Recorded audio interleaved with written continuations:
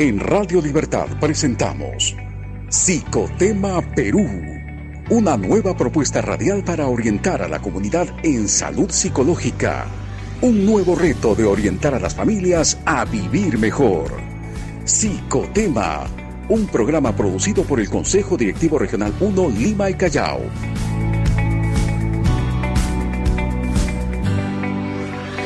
Una de la tarde con 7 minutos y buenas tardes a todo el público que se conecta a esta hora con nosotros aquí en el programa Psicotema Perú, un programa que se transmite en vivo a través de la página institucional, no lo olviden, del Colegio de Psicólogos de Lima y Callao, y estamos transmitiendo en simultáneo a través de las ondas de Radio Libertad en los 820 de la AM.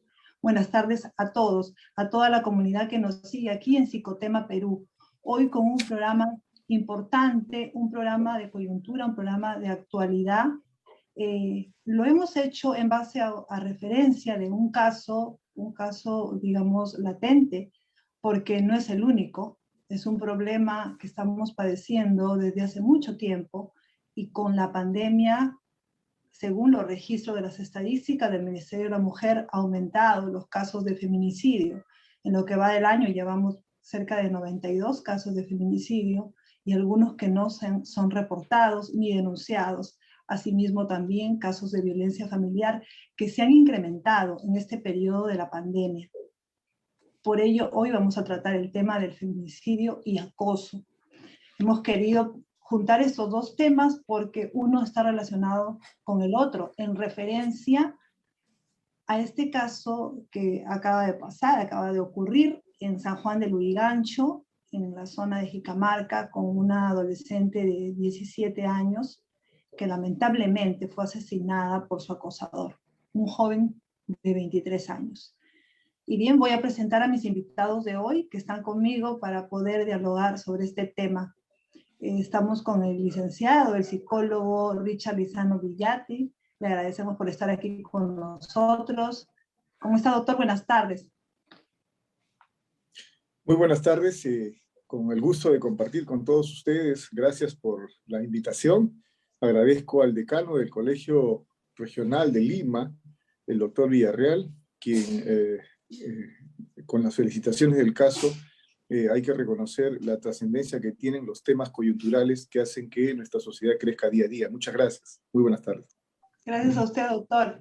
El doctor Lizano es doctor en psicología de la Universidad Nacional Mayor de San Marcos, con diplomado en inteligencia estratégica en el Centro de Altos Estudios Nacionales, diplomado también en psicología forense y penitenciaria en la Universidad Católica del Perú. Él trabaja para el Instituto Nacional Penitenciario del Perú, el INPE. Es psicólogo jurídico de la Dirección de Medios Libres, justamente del Instituto Nacional Penitenciario. Y también publica textos y artículos periodísticos. Y tenemos a nuestra doctora, la doctora Julia Quintana Rojas. Ella es miembro coordinadora del programa de prevención de la violencia familiar y feminicidio que organiza y que viene realizando el Colegio de Psicólogos de Lima y Callao, con un equipo de voluntarios que están trabajando en charlas, en escuelas virtuales a todos los padres en cuanto al programa de prevención de la violencia familiar y el feminicidio justamente. Ella es psicoterapeuta familiar. Buenas tardes, doctora.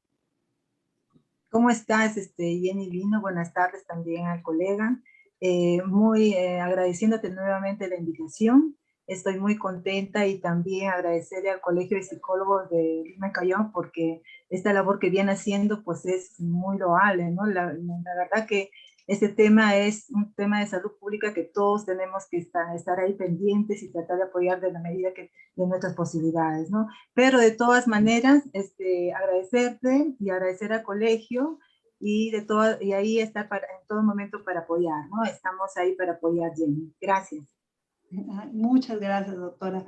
Y bien, vamos a empezar con el doctor Richard Lizano. La primera pregunta que les haría, bueno, a los dos, es que realmente según las estadísticas han aumentado los casos de feminicidio y de violencia a la mujer en este periodo de pandemia. Es decir, que en este contexto que nos encontramos, se da la condición de que se pueda incrementar estos casos. Pues sí, desde luego que sí. El aumento en los casos es evidente, pero también es evidente que hay que diferenciar a los agresores, ¿no? Eh, este tema lo ha tocado ya el profesor Wilson Hernández Breña y creo que es significativo traerlo otra vez. La investigación que él hace y a partir del cual nos deja los diferentes tipos de agresores que existen en nuestra sociedad, pues una investigación aquí en el Perú, nos invita a reflexionar sobre este tema. Y si nosotros quisiéramos formalizar o avanzar o reforzar un programa de prevención en este sector de violencia de familia, sería importante considerarlo porque discrimina los tipos de agresores. Hay agresores que no necesariamente están asociados con el feminicidio, que es lo que él encuentra, ¿no? Hay agresores que no necesariamente están familiarizados con el feminicidio, pero sí con cuadros psicopatológicos o trastornos de la personalidad o rasgos que necesitan una intervención inmediata. Entonces, esto de primera mano para hacer un comentario, ¿no? El reconocimiento, la discriminación del tipo de agresor que existe en estos casos, ¿no? Ahora bien, hay que reconocer pues también que dentro de este caso específico, agresores con tendencia al feminicidio, su prevención no debe de, o su intervención no debe de ser buscada en, digamos así, en tiempos tardíos, ¿no? Sino en una edad que sea plausible. Hoy en día, sabemos a partir de investigaciones como por ejemplo los trabajos de la profesora Loftus, que el cerebro de un ser humano cualquiera tiende a completarse o tiende al completamiento en material en promedio a los 25 años de edad. Entonces, esto nos invita a pensar que si nosotros queremos implantar un programa de prevención, digamos, eficaz, debe de buscar este rango de edades. Por otro lado, encontrar que estas personalidades violentas se gestan en edades tempranas y que estas edades tempranas tienen un impacto inmediato en el ADN de la persona. En conclusión, la persona que vive en violencia modifica su ADN, modifica la cadena enzimática, modifica esta enzima que ha sido denominada como la monoaminoxidasa A por el profesor israelí Avshalom Caspi, que nos permite a nosotros decir de primera mano que debemos intervenir en la etapa infantil que está atravesando por violencia, por una sencilla razón, porque altera su ADN, y al alterarse su ADN, la performance realmente se complica muchísimo cuando éste transita por edades de adolescencia o juventud. Bueno, sí, doctora. Bueno, ahorita estamos en contexto, todavía seguimos con este problema del coronavirus, ¿no? De la pandemia, como dijiste, Jenita, ¿no? En realidad, este problema de la pandemia, ¿qué es lo que ha hecho? Lo que ha hecho, pues, que las personas estén obligadas a un aislamiento, a un confinamiento, ¿no? Entonces, ha reforzado, entonces, el aislamiento de las personas que sufren violencia, ¿no? Entonces, la mayoría de las personas que están en violencia se encuentran prácticamente sin los refuerzos, sin los recursos necesarios de poder defenderse. Eso es lo que ha hecho prácticamente la pandemia, ¿no? ¿Qué es lo que busca un agresor, ¿no? Cuando viene estos agresores, tienen la finalidad de buscar una estrategia de poder aislar a su víctima, ¿no? Entonces, ¿qué ha pasado en esta pandemia? En esta pandemia lo que ha pasado es que esa estrategia pues está en sus manos, ¿no? Porque la víctima está justo ahí donde él quiere, ¿no? O sea, la víctima se encuentra desprotegida totalmente, ¿no? No tiene dónde ir a buscar apoyo, ¿no? Es decir, antes, por ejemplo, la víctima lo que hacía, pues, cuando tenía esta violencia, pues de repente podía haber contado a la vecina, o de repente los familiares, o de repente incluso los mismos vecinos podrían estar pendientes y de repente ver que hay un caso de violencia y se podrían acercar, pues, pero ahora no, ¿no? Entonces, en este momento que estamos viviendo, en esta coyuntura, pues, ¿qué es lo que está pasando? Todos tenemos un poco de miedo de poder acercarnos, de poder salir, ¿no? Entonces, justamente por este problema de la pandemia, ¿no? Entonces, por eso justamente es lo que también se ha incrementado los casos, ¿no? Los casos totalmente de feminicidio, porque la víctima se encuentra pues acortada de sus recursos, ¿no? Entonces, eso tenemos que tener en cuenta, pero sí, y eso se ha visto también incluso en los reportes que ha tenido, ¿no? Por ejemplo, en la línea 100, de lo que era anteriormente, se ha incrementado a 150% las llamadas a la línea 100, ¿no? En estos casos de violencia, por ejemplo.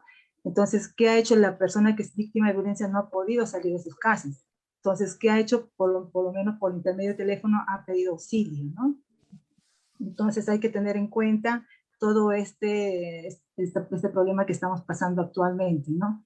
Eso hoy en Internet. Entonces, claro, como dices tú, va a seguir subiendo. Ahorita seguimos en este problema, ¿no? En este problema de la pandemia. Incluso estamos ahorita con la amenaza que va a venir una tercera ola. Entonces, de todas maneras, el gobierno, de todas maneras, las estrategias, estos más de 400 centros de emergencias de mujer que hay, pues tienen que tratar de seguir haciendo prevención, yendo a lugares. Yo sí, prácticamente estoy convencida de que el gobierno tiene que poner las manos ahí, ¿no? En primera orden y tratar de apoyar estos casos, porque lamentablemente, si no, va a seguir ocurriendo. Y yo creo que es una responsabilidad que también el gobierno tiene en estos casos, ¿no? Entonces, en la medida como el gobierno pone el apoyo, va a tratar de controlarse, ¿no? Estos casos. Sí, doctora. Doctor Lizano, por su experiencia, que usted ve muchos de estos casos, trabaja con los agresores, ¿no? Con diferentes tipos de agresores. ¿Podríamos definir o describir cuáles son las causas con mayor frecuencia que originan el feminicidio, el que un hombre termine asesinando a su compañera, a su enamorada en este caso? ¿No? Se dice que, por ejemplo, en el caso de San Juan del Lurigancho, esta jovencita mantenía, ¿no? Al parecer tenía una relación sentimental con su agresor. Pues bien, hay que reconocer que en esta diada agresor-víctima existen muchas veces esas alianzas que provocan una ruptura bastante difícil, ¿no? Y que la unión hace que precisamente justifique sus predisposiciones de ambos, ¿no? Entonces, bajo una mirada racional, cualquier joven de esta edad, 17 años, podría estar a la expectativa, digamos, de una relación saludable, pero aliarse con un agresor con predisposición a la violencia y sobre todo predisposición al feminicidio nos hace pensar que el perfil de esta víctima calzaba perfectamente con el agresor. Esto nos lleva a pensar que existen las predisposiciones a los vínculos patológicos. Estas predisposiciones hacen que las alianzas se consoliden con mucha fuerza. Entonces, ¿cómo es posible? Cualquier persona se podría cuestionar, ¿no? Que un adolescente retorne a una relación con aquel que la agredió. Esto está muy vinculado con lo que se denominan desesperanzas aprendidas, con lo que se denomina síndrome de mujer maltratada, con lo que se denomina distorsiones cognitivas. Y entonces, lógicamente, se arrastra una historia que justifica todas estas predisposiciones. Romper estos vínculos a veces se puede ser factible y a veces se complica. ¿Cuándo se puede ser factible? Cuando se tratan de expectativas de pareja, expectativas que pueden ser, digamos, intervenidas racionalmente. Estamos hablando de intervenciones técnicas a través de talleres, a través de charlas, seminarios o programas de intervención. Pero cuando ocurren ya no expectativas, sino perturbaciones en las relaciones de pareja, estas son más severas y mucho más complejas de poder resolver. Aquí se trata pues de vínculos patológicos que tienen raíces muy profundas, que tienen formas de alianzas encubiertas y que se consolidan por los antecedentes que cada una de las partes tiene. Es un poco más complejo esto. Ok, gracias, doctor.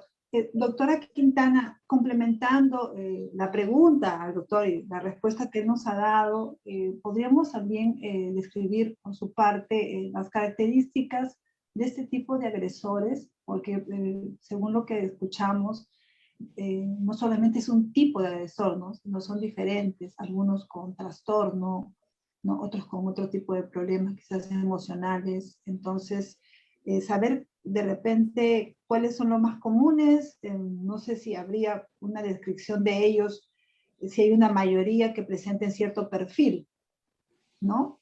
Pero lo importante sería saber reconocer por lo menos las características de este tipo de agresores. Claro, ¿no? Mira, lo que dice el colega es cierto, ¿no? Definitivamente estos acosadores, estos feminicidas ya tienen problemas psicopáticos, ¿no? Ya son personas que tienen, se les ve clarito, ¿no? Cuando, por ejemplo, lo entrevistan, y se ve claro para poder uno darse cuenta, ¿no? En las entrevistas que tienen ellos, cuando los hacen ponen de conocimiento al público, ellos son prácticamente personas que cuentan sus hechos ocurridos sin ningún remordimiento, ¿no? Sin ninguna conexión emocional, ¿no? Entonces, ahí te das cuenta prácticamente que no tienen, ¿no? No tienen sentimientos. Una característica de ellos es pues la falta de empatía, ¿no? Con el dolor de la otra persona, ¿no? No se pone en lugar de la otra persona, es la característica principal de un psicópata, ¿no? Entonces, de todas maneras, ¿no? Tienen estos rasgos, son prácticamente feminicidio, en caso de lo que es tentativa de feminicidio, en caso de lo que es violencia de pareja en riesgo, existe un protocolo.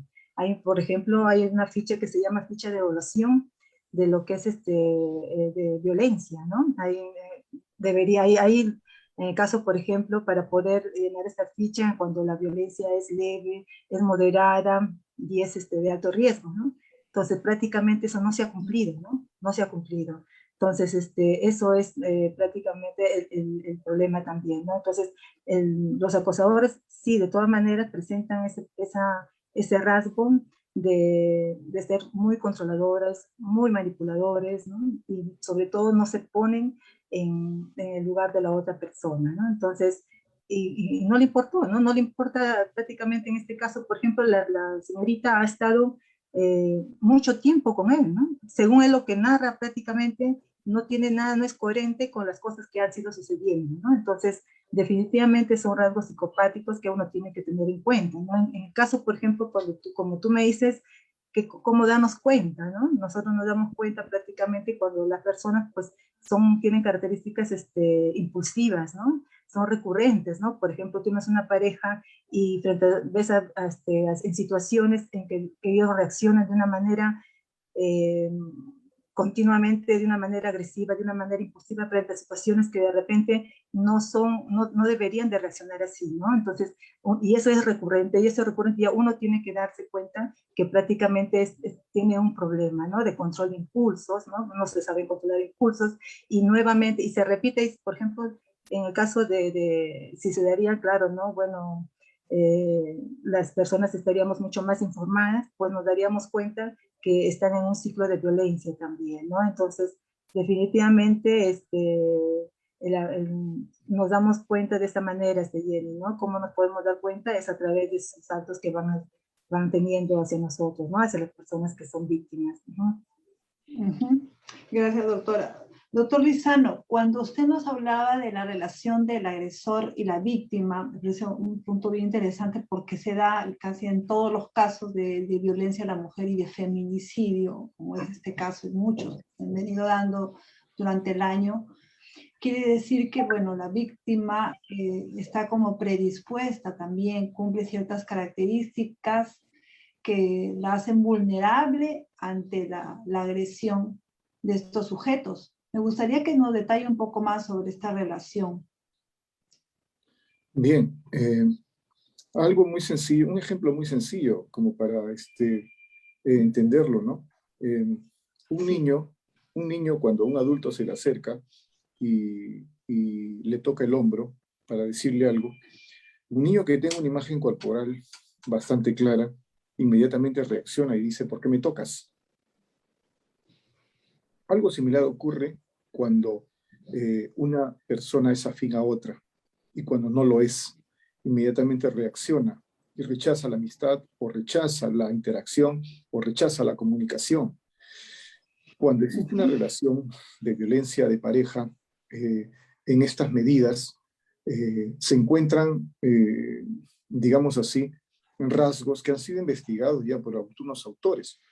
Entonces, me permito citar, por ejemplo, al profesor Paulus, que ha investigado con parejas que conviven en la violencia. Y entonces hay tres características que encuentran en este tipo de parejas, ¿no? Sobre todo en la pareja agresora, en el victimario. Entonces encontramos narcisismo, esto es egolatría, ¿no? Inferioridad hacia los demás. Encontramos maquiavelismo, y cuando hablamos de maquiavelismo, estamos hablando de que una pareja en otra encuentra instrumentalidad de la conducta, esto es, utiliza al otro como un objeto, como un medio, ¿sí? Y la tercera característica es lo que mencionó nuestra compañera colega aquí, que gentilmente comparte la mesa, que es la de psicopatía. Estas tres variables permanentemente están en el agresor que convive en violencia. Ahora bien, ¿quién acepta una descalificación? ¿Quién acepta que se le utilice como instrumento? ¿O quién acepta que permanentemente se le reconozcan descalificaciones, como lo hace el narcisista en extremo? Es una persona que está involucrada en una relación. ¿Por qué? Porque sus propios componentes requieren así este tipo de contenidos. Entonces, el continente que tiene una persona con predisposición a ser víctima encuentra en el agresor el contenido que tiene una víctima potencial encuentra en el agresor un contenido, un continente perfecto para sus contenidos. Y entonces esa relación se mantiene, se constituye y se vuelve crónica. Y entonces cualquier ser humano racional se cuestiona y pregunta, ¿qué hace que una persona se mantenga con otra así? La respuesta está en la historia misma. A la luz de la población civil en general, encuentra rechazo, encuentra, digamos, estigmatización, ¿no? Sin embargo, cuando se trata de hacer un análisis histórico en cada una de las personalidades, no se detiene en esto, no ocurre esto. Y eso es importante sobre todo en quienes están en la segunda infancia, en quienes se encuentran en la primera etapa de la adolescencia, en la segunda etapa de la adolescencia, que es donde se generan y donde se estabilizan todas esas predisposiciones. Entonces, si nosotros queremos hacer un programa preventivo realmente que tenga un impacto grande, y esto no es idea mía, esto Yaris Mujica ya lo investigó en reiteradas investigaciones, debemos buscar la edad adecuada para empoderar al niño, al adolescente, a la mujer, que es la etapa de escolarización. Esa es la etapa más pertinente. Lógicamente, hablar de empoderamiento a la mujer es algo sumamente importante, pero el empoderamiento debe involucrar una etapa del desarrollo clave y estratégica, y esta no es a una edad de 30, 40 o 50 años, ¿no? Entonces, eso es lo que podría comentar.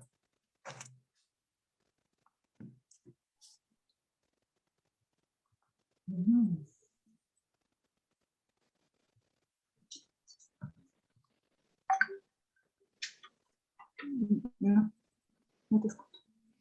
Jenny, no se escucha. Tu micro. Muchas gracias. Le preguntaba sobre el perfil de la víctima. ¿Cómo es que la víctima termina resultando siendo tan vulnerable que le da todas las condiciones, ¿verdad?, al agresor para que pueda hacer uso de ella, como decía el doctor Lizano, tratándola como un objeto muchas veces, ¿no? ¿Qué características cumplen estas jóvenes o digamos, la persona en general? Sería importante saber reconocer, ¿no? Para que los padres que nos escuchan tiendan a prevenir justamente este tipo de situaciones. Claro, ¿no? En realidad, una característica principal de una persona que acepta, ¿no?, la violencia, acepta este maltrato, pues definitivamente, como dijo también el colega, son personas que prácticamente han tenido problemas ya de violencia en sus hogares, ¿no? Ya viene con una historia de violencia en el hogar, ¿no?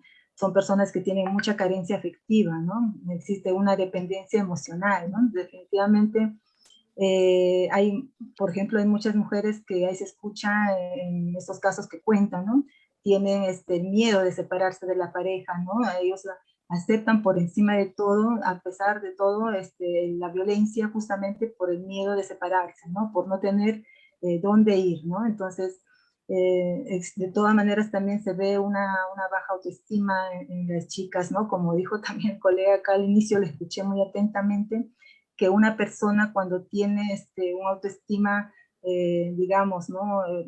Una buena autoestima, pues definitivamente no va a permitir que la pareja pues en ningún momento le agreda, ¿no? O sea, basta que le diga cualquier cosa o cualquier ofensa, entonces la persona se sabe valorar, ¿no? Entonces esa persona pues no acepta y se separa, ¿no? En cambio, en estas personas pues mayormente, nuevamente, ¿no? Lo dijo muy bien el colega, que buscan la persona que está con él para poder compartir, ¿no? Sus momentos de alegría, felicidad, o una persona que está prácticamente en su nivel, ¿no? Entonces, eso es básico darnos cuenta, ¿no? No va a existir jamás, jamás va a existir una persona que tiene una buena autoestima en una relación con una pareja que pueda hacerle daño, ¿no? Hay carencia afectiva, hay personas, por otro lado también, por ejemplo, ¿no? Lo que he escuchado bastante en nuestras famosas charlas de padres que yo ya años ya venimos desarrollando en el colegio de psicólogos, pues también lo que se ve bastante es la dependencia económica, por ejemplo, ¿no? De las personas que no se quieren separar, ¿no? De la pareja justamente y aceptan todo tipo de maltrato justamente por la parte económica, por ejemplo, ¿no? Entonces, esas cosas hay que verlo también, ¿no? ¿Y por qué, no? Porque de repente, como dice acá el compañero, hay que empoderarlo, o sea, es muy importante empoderar a la mujer, ¿no? De todas maneras, poco a poco, para que de todas ella pueda sobresalir, en darse cuenta que realmente puede, ¿no? Puede tener recursos para poder salir de este ciclo de violencia, ¿no? Entonces, las mujeres definitivamente necesitamos seguir trabajando, ¿no? Por eso que yo también felicito al Colegio de Psicólogos de Lima y Callao, que durante estos años no es una campaña, ¿no? Yo los veo trabajando desde el primer día, ¿no? En la prevención de violencias continuamente, ¿no? Es un trabajo arduo y realmente, y por eso también dije al principio que esto no es tarea de una institución también, ¿no? Es tarea de todos, porque la violencia la podemos incluso erradicar desde nuestras propias casas, ¿no? Nosotros podemos tratar de ver de la manera de cómo tratar de ayudar, ¿no? Hasta ahora vemos que ahí está y aún así tenemos que hacer, sacar de todos nuestros recursos para que se evite este tipo de violencia, Jenny, de todas maneras, ¿no? Así es, doctora. Doctor Lizano, el acoso también es violencia y lamentablemente termina muchas veces en feminicidio, como es en este caso de este joven de 23 años que termina asesinando a esta adolescente de tan solo 17 años. Y todo ha empezado con ese acoso, si bien ha habido, según lo que narran, ¿no?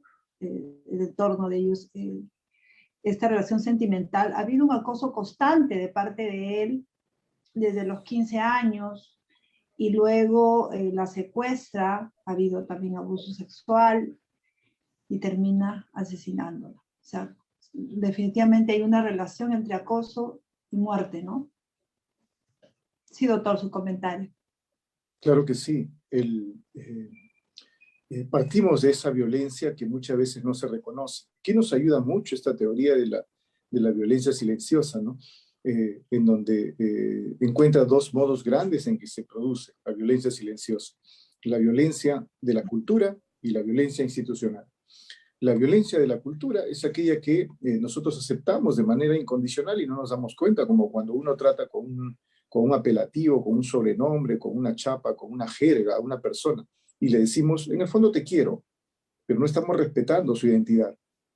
La violencia institucional es la que se presenta de una manera, de igual manera, de la misma forma invisible. Por eso se le llaman formas invisibles de la violencia, en la que no la reconocemos como tal, como cuando existe un abuso contra un usuario y no existe una institución que ampare en lo que el usuario necesita ser protegido también.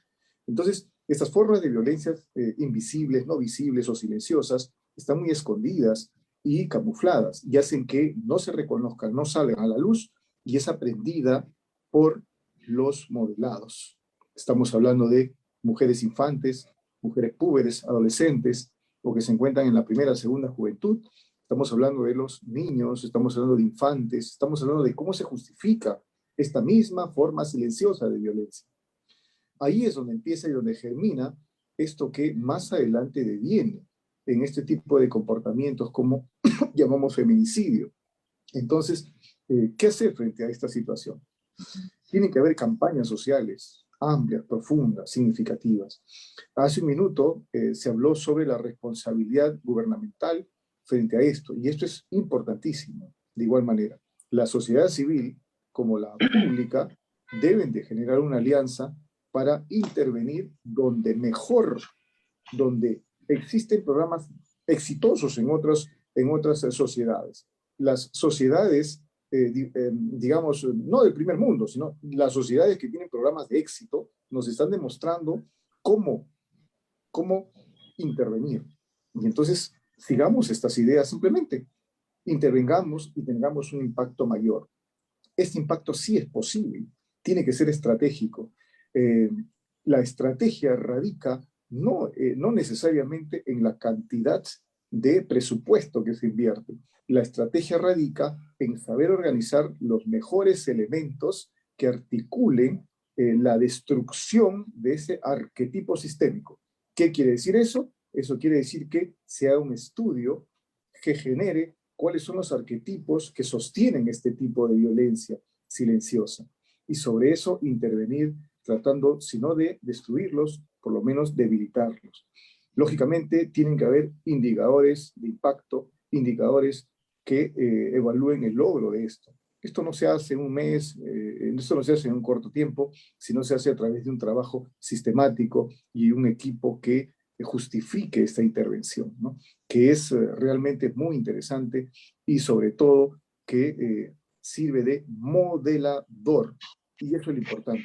Cuando hay modeladores sociales, se aprenden principios sociales. Esto es algo que nos deja Kohlberg cuando habla de esa etapa del desarrollo moral postconvencional. Cuando un grupo social aprende una moral postconvencional, o sea, una moral basada en principios sociales, basada en valores sociales, cuando existen modeladores. No hay modeladores, difícilmente encontraremos ese nivel de desarrollo moral. En nuestra sociedad, difícilmente encontramos modeladores, es la realidad que tenemos. Lo que encontramos son modeladores de etapa de desarrollo insuficientes, como el heterónomo, como el convencional, y no el postconvencional, basado en principios, basado en autonomía. Eso podría comentar. Gracias. Muchas gracias, doctor Lizano. Doctora Quintana, yo insisto un poco en esto de poder identificar tanto al agresor y evitar, ¿no? Y prevenir que haya más víctimas. En este caso, hablando del acoso, que en este caso de San Juan del Lurigancho empezó así con este sujeto de 23 años, suele pasar mucho en lo que es violencia a la mujer, que se empieza con un acoso. ¿Cómo poder identificar, cómo poder reconocer a un acosador, ¿no? Estaba leyendo lo importante que es que los padres de familia estemos atentos, porque a veces nos preocupamos de que nuestros hijos no sean víctimas, ¿no? Desde la escuela ahora virtual, que no sean las víctimas, pero no nos percatamos, no estamos atentos a que de repente nuestro hijo o hija se convierta en un acosador, ¿no? Y empiece de repente con el bullying. Sí, doctora, le escucho. Claro, mira Jenny, hay dos cosas, ¿no? Y para mí es muy importante. Como tú dices, identificar, yo creo que no es tan difícil, ¿no? Porque un acosador siempre, por ejemplo, te manda mensajes continuamente y ¿no? Para de repente, depende también, ¿no? De qué tipo de acosador sea. Por ejemplo, en el caso de esta señorita, él estaba enamorado de ella, según él manifestaba, ¿no? La quería continuamente, y quería, porque una característica de un acosador es también que ellos pretenden que la persona, la víctima, pues es de ellos, ¿no? Ellos dicen, no, tú me perteneces, ¿no? Entonces tienen una obsesión, ¿no? Por la víctima. Entonces, y ellos pues no se manifiestan claramente, mandan mensajes, están rodeando a la casa, están mandando mensajes de repente con las amistades que tiene, entonces la persona sí se da cuenta, ¿no? Se da cuenta y le cuenta de repente a la mamá, le cuenta a los familiares, entonces muchos de ellos también lo saben y también hacen la denuncia. Yo creo que acá, nuevamente recalcar, y para mí es muy importante y de repente no dejarlo de repente así en un tema que no se termine de esa manera. Yo pienso que acá la responsabilidad de todas maneras, en estos casos, todos los que yo he visto y escucho bastante, es del Estado, definitivamente para mí. ¿Por qué? Porque lo que hace, estos hechos han sido denunciados. Muchos de estos casos de acoso han sido denunciados, ¿no? Entonces, ¿cuál es el problema ahí? Que el gobierno, las autoridades no cumplen su función. Si prácticamente hay todas las personas que tú las escuchas en estos casos, ellos dicen, pues no, sí, yo he denunciado ya tantos años, incluso hay un caso muy también que sonó, muy fuerte también es el caso de esta chica, no me acuerdo de su apellido, que son 13 años que ha tenido continuamente ese acoso, ¿no? Y ha sido, perdón, 13 años, claro, en 13 oportunidades ella ha denunciado y no ha sido escuchada por las autoridades. Entonces, prácticamente ahí hay que ver, cuando ya hay una denuncia, tiene que haber tiene que cumplirse esa ficha de evaluación justamente que hablaba al principio, donde prácticamente tiene que haber, debe haber, donde hay, por ejemplo, si es un caso leve, si es un caso de repente un poco moderado, fuerte, y hacerle un seguimiento, ¿no? Entonces, no descuidar, porque todos estos casos han sido denunciados, ¿no? Entonces, nosotros tenemos que preocuparnos en eso, ¿no? Las autoridades, no, claro, nosotros en la prevención, pero las autoridades son prácticamente, si ya uno cumple con esa función de denunciar, tanto los profesionales y también tanto los mismos, las víctimas, entonces prácticamente las autoridades también tienen que cumplir su función. Entonces ahí yo creo que tenemos que ver e insistir también de todas maneras que exista un cumplimiento, ¿no? Porque siempre he visto esto, ¿no? En todos los casos que he llevado, escucho a los papás que dicen eso, ¿no? Nosotros incluso hay veces ya ni siquiera quieren acercarse a las autoridades. Eso es lo peor, ¿no? No, pero no se quieren acercar porque no les hacen caso.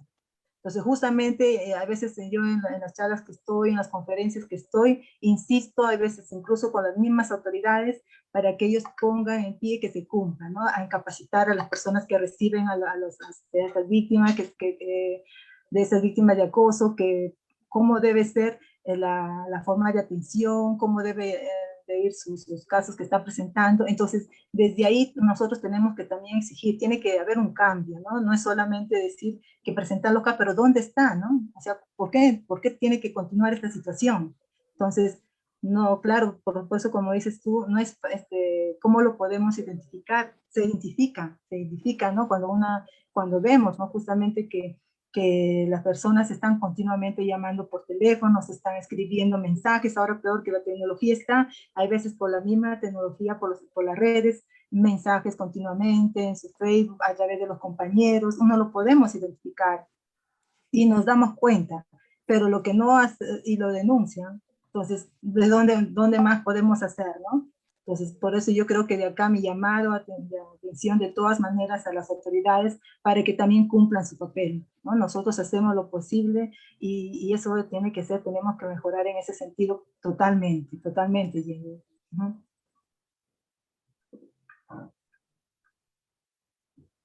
Otra vez, micro. Interesante lo que nos menciona la doctora Quintana cuando hace un llamado pues, a las autoridades correspondientes para que se puedan sancionar estos casos como debe ser, ¿no? No como, por ejemplo, en este caso, que es un ejemplo de tantos, de este sujeto de San Juan del Lurigancho, que solamente ha estado, creo, 15 meses y luego es sacado por las razones que dice exceso de carcelería. Entonces, ¿qué es lo que está pasando con nuestras autoridades? Hablamos de la falta de empatía del agresor, ¿no? Del asesino, pero también estamos viendo que hay falta de empatía de parte de algunas autoridades, ¿no? No todas. Sí, doctor, le escucho. Bien, solamente para agregar un punto cuando se habla de las características del agresor. Sí. Esto ha sido identificado no son las únicas, hay varias, pero hay una cuestión de que la necesidad de querer dominar, la necesidad de querer imponer la palabra, y esta necesidad de dominio, que muchas veces se llama, ¿no?, el dominio de poder, querer tener poder sobre la otra persona, viene a raíz de un aprendizaje de quienes tuvieron poder o gobernaron o controlaron el cuerpo mismo del agresor. Entonces, aquí nos deja una enseñanza muy sencilla, ¿no? Uno no puede controlar los cuerpos, no se enseña a través del control de los cuerpos, más bien enseñarle a tener el cuerpo libre, que es diferente, ¿no? Y entonces el dominio de poder, ya lo enseñó esto, ya lo dijo el profesor Glenn Walters en la teoría de cómo se genera este tipo de personalidades, ¿no? Necesitan ese poder, ¿no? Otra característica muy sobresaliente es la autoexculpación. La autoexculpación es una constante en todos los agresores. Esto significa que en ningún momento asumen la responsabilidad de las conductas que tienen y permanentemente están lanzando la culpa a terceros o a objetos y se liberan fácilmente. Y esto, fíjense, con un ejemplo muy sencillo lo tenemos a la mano ya desde las tempranas edades. Si un niño se cae y se golpea en el piso, el culpable es el piso y la mamá o el cuidador le golpea al piso. Como diciendo, es culpa del piso, y le empieza a golpear o dar palmatadas al piso para echarle la culpa al piso. O sea, algo absurdo, pero que en el juego, en las relaciones lúdicas que tienen la madre con el hijo, se empieza a generar ese tipo de autoexculpación. Y una tercera, que si seguimos hablando hay más seguramente, es la incapacidad de inhibir la respuesta, o sea, la inhibición fallida. La inhibición es un ejercicio, es una práctica que tiene todo organismo para detenerse. El agresor sexual falla en la capacidad de inhibir la respuesta sexual. Y esta práctica misma es la que forma el funcionamiento de la corteza cerebral, específicamente hablando de la zona ventromedial, en el caso de los agresores sexuales. En el caso de estos agresores que son en general agresores, o si se quiere utilizando la terminología de Hernández Breña, agresores con tendencia al feminicidio, ocurre algo similar. No hay la capacidad para inhibir la respuesta. O sea, hay una inhibición fallida. Esta es otra característica que también el profesor Walters, cuando investiga en este tipo de criminales, lo encuentra. Y aquí debemos incidir en las prácticas, a través de política, a través de programas, en fin. La clínica está. Lo que no están son estos programas que deben de ser intervenidos de manera impactante, ¿no? Buscando un alto impacto. Y aquí juegan también un rol los mercadólogos, ¿no?, que saben hacer su trabajo. Ok, doctor, muchas gracias por el aporte para poder identificar así a los agresores. Muy, muy interesante los puntos. Doctora Quintana, hablando de la familia, que es donde crecemos, donde están nuestros primeros pasos y todos los especialistas y ustedes han mencionado lo importante que es el trabajo en la infancia, de la familia. Entonces, hablando del entorno familiar, ¿cómo es que debemos los padres prevenir estos tipos de situaciones tan lamentables? Porque finalmente cuando un acoso o como se haya iniciado una agresión termina en feminicidio, deja heridas muy profundas en el alma que ya no se pueden reparar, porque la pérdida de un ser querido en esas circunstancias es tan difícil. O sea, no solamente se va esa persona y deja la tristeza, sino que deja todo un problema emocional, le digo yo, ¿no?, una crisis emocional a toda la familia. Entonces, ¿cómo evitar esto, doctora, en nuestro hogar, con nuestros hijos, desde pequeños? Claro, imagínate, Jenny, estos casos de violencia, pues no es solamente que en el contexto de familias ya sale fuera de la familia, no afecta a toda la sociedad. Definitivamente, yo creo que la labor, por ejemplo, que nosotros hacemos incluso en estas charlas y conferencias que damos, pero ya debidamente realizados esos programas de prevención de la violencia, se deben de dar continuamente en los colegios, ¿no? Yo creo que los colegios son el centro más digamos, más importante que nos debemos enfocar, ¿no? Trabajar bastante con los padres, porque justamente, como que acá el colega mencionaba, lo que los niños, la violencia es un aprendizaje, ¿no? Imagínate todos los niños, si tuvieran padres que les enseñaran, no, donde no existiría en el hogar violencia, donde habría afecto, donde habría atención, donde habría de papá, por parte del papá, la mirada a los niños en todo momento, desde que nada, desde el nacimiento, entonces sería otra cosa, ¿no? Entonces, no olvidemos también, de todas maneras, que también yo veo un poco ese punto de la violencia, que detrás de esos agresores, claro, nosotros siempre vemos justamente tratando de enfocarnos en su actitud, en su forma de comportamiento, del tipo de personas son psicópatas, en fin, pero no vemos la parte de atrás también de ellos, porque ellos también vienen justamente de hogares donde han sido totalmente maltratados, ¿no? Si uno ve su historia, tienen una historia muy triste también, ¿no? Entonces, justamente tenemos que también nosotros ver esa parte, ¿no? Enfocarnos en que los padres reciban justamente esta orientación, ¿no? Y cómo así, desde justamente, eso se ve justamente en las charlas de los padres, ¿no? Que hacemos continuamente en los colegios, lo que vemos es que los papás desconocen, ¿no? Yo creo que en muchas oportunidades he estado presente, desconocen, por ejemplo, lo tan sencillo que deben de saber cómo es el desarrollo, por ejemplo, de los niños, ¿no? Del ser humano, mejor dicho, ¿no? Y cada etapa, por ejemplo, ¿no? Desde ya comienza desde el nacimiento, ¿no? Hay papás que desde niños, desde un año que está un año, hasta desde más pequeño, 1 año, 2, 3, 4 años, y así sucesivamente, ejercen la violencia, ¿no? ¿Por qué? Porque tienen un desconocimiento, por ejemplo, de su desarrollo, ¿no? Por ejemplo, cuando ellos, en cada etapa hay un cambio, presentan por la naturaleza misma, ¿no? Explorar su rebeldía, los papás no conocen. Entonces ellos traen todavía esas creencias, incluso de que deben de corregirse de esa manera, ¿no? Entonces ahí, por ejemplo, podemos, en los colegios, podemos enseñar de todas maneras cómo es ese tipo de trato que debemos tener con nuestros hijos en esas edades, en el desarrollo humano, y yo creo que es fundamental, ¿no? Enseñar ahí, y como dice, por ejemplo, los modelos que debemos ser los papás, ¿no? Los hijos aprenden todo lo que nosotros le podemos enseñar, ¿no? Y si hay un hogar de violencia, pues los hijos van a aprender a ser violentos definitivamente, ¿no? Entonces, y yo he visto, pues, ¿no? He escuchado bastante, justo me acuerdo un caso de una mamá que me decía, pues, ¿no? Que me marcó también bastante, que había ejercido en una de las escuelas también, y por eso a veces es muy bonito estar en ese tipo de programas, que la mamá me decía, por ejemplo, que su hijo le había violentado hasta los 13 años, ¿no? O sea, ella, su forma de corregir, porque a ella también le habían corregido, ¿no?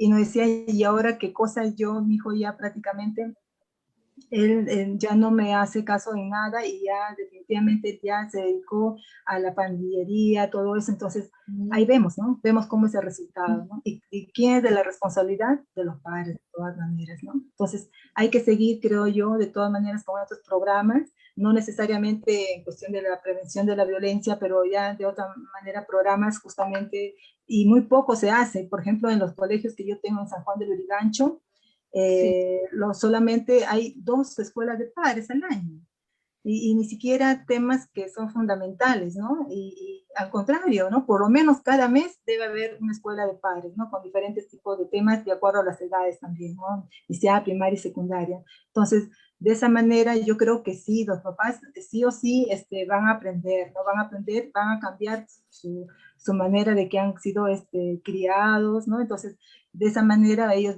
yo creo que es una manera de evitar bastante también la violencia, Jenny. Entonces creo que eso es fundamental. Muchas gracias, doctora Quintana.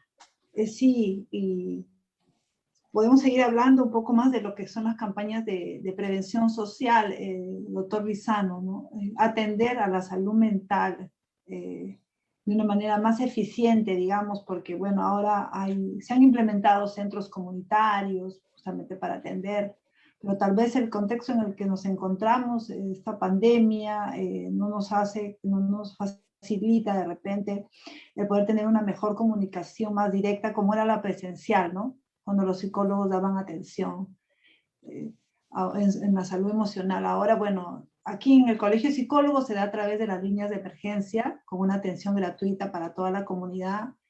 Estamos con el programa de prevención de la violencia familiar y de feminicidio. Y bien, hay que intensificar, doctor Lizano, ¿no? Mayores campañas a nivel del Estado, del Ministerio de Educación, ¿verdad? Pues bien, estas campañas de salud mental, en principio, tienen una gestión directa, y esa gestión directa la tiene pues el Ministerio a través de la Dirección de Salud Mental, que definitivamente no están a cargo de psicólogos. Y de igual manera todos esos centros comunitarios que nos habla no están a cargo de psicólogos. E incluso podríamos observar también que las gestiones, ¿sí? Las metas presupuestarias no se orientan estrictamente a trabajos psicológicos, sino más bien a atenciones de otro tipo. Y entonces vemos también de que el presupuesto que se maneja no está a cargo de psicólogos. El psicólogo lo único que hace lamentablemente en estos centros comunitarios es recibir plumones, lapiceros, cartulinas, lápices, hojas bond, y sobre eso se tienen que hacer trabajos, programas que realmente dejan mucho que desear. Por lo tanto, la estructura misma de estos programas de salud mental a nivel nacional son muy defectuosas.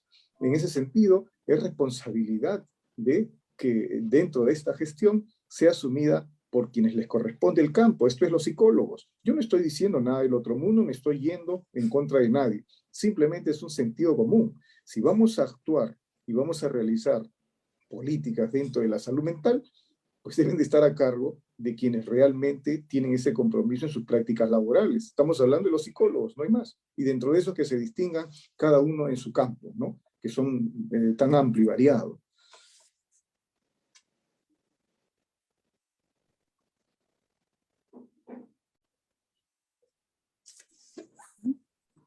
Se cortó la comunicación, creo.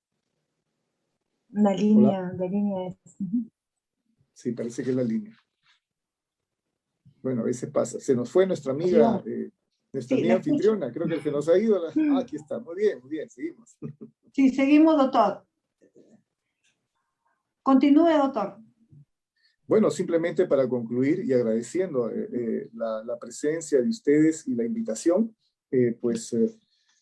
son prácticas que se tienen que ejecutar y donde está el psicólogo siempre está una mejora en la conducta, en el comportamiento de la población, ¿no?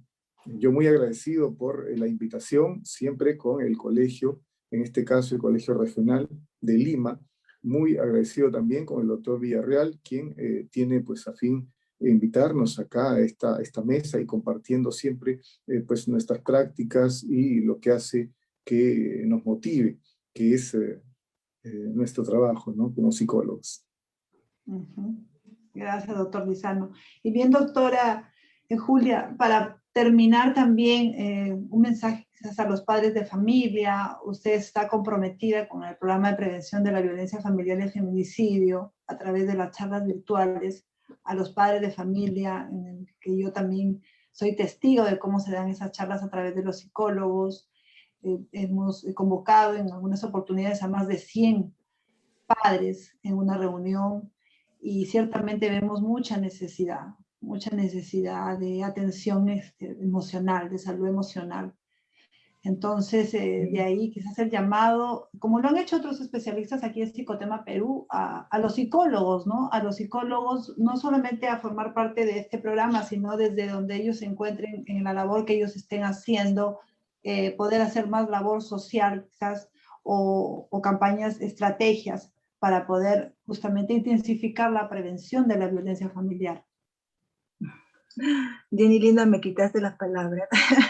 Justamente, bueno, pero en realidad tiene razón porque en realidad la prevención de la violencia yo creo que es tarea de todos, desde el lugar desde donde nos encontremos. Todos, la violencia está, creo, en en todos los hogares, ¿no? En realidad, ahora último, por ejemplo, había muchas teorías, muchos conceptos, incluso se hablaba de lo que era la naturalización de la violencia que se encuentra en todos los hogares y todo lo demás, muchas teorías, ¿no? Pero yo creo que así de simple, nosotros podemos hacer mucho, y ahora peor todavía, claro, es es una tristeza por lo que ha pasado con este problema de la pandemia, el coronavirus, pero por otra parte nos ha abierto de la tecnología, ¿no? Y sé que ahora incluso los papás están más conectados, nosotros podemos llegar a más a ellos ahora, por ejemplo, con la tecnología, ¿no? Antes los papás, para nosotros era bien complicado, por ejemplo, de que los papás asistan a los colegios, a las escuelas de padres, ¿no? Es muy difícil, incluso yo me acuerdo que había escuelas de padres donde solamente habían 5 o 3 papás, ¿no? Y era bien complicado, a veces de una población de 500 estudiantes, o no había asistencia de los papás, ¿no? Y ponían cualquier excusa. En cambio, ahora yo he visto, por ejemplo, desde donde se encuentran, están ahí, ¿no? Ahí están pendientes, como tú dices, hay momentos en que tenemos charlas con 100 papás, otras veces con 50, con 60, pero vemos ahí la afluencia, entonces podemos llegar más a los papás, ¿no?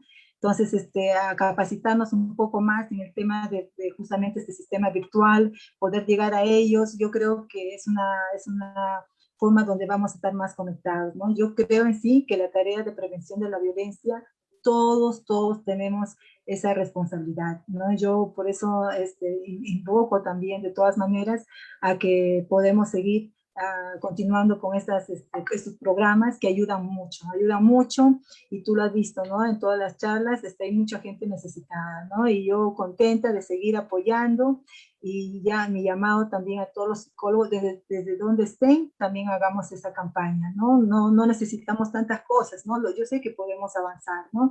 Y hacer muchas cosas por tratar de la prevención de la violencia, Jenny, de todas maneras. Gracias también nuevamente por la invitación, y ahí a seguir avanzando con este tema de la prevención de la violencia. Muchas gracias, Jenny. Gracias también al colega que estuvo acompañándonos. Gracias.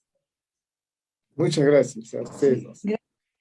Gracias a ustedes. Y antes de concluir, invitarles a toda la comunidad, invitarles a tener la confianza de poder dirigirse a la página del Colegio de Psicólogos de Lima y Callao, y ahí hay una relación de todo un equipo de trabajo de psicólogos voluntarios.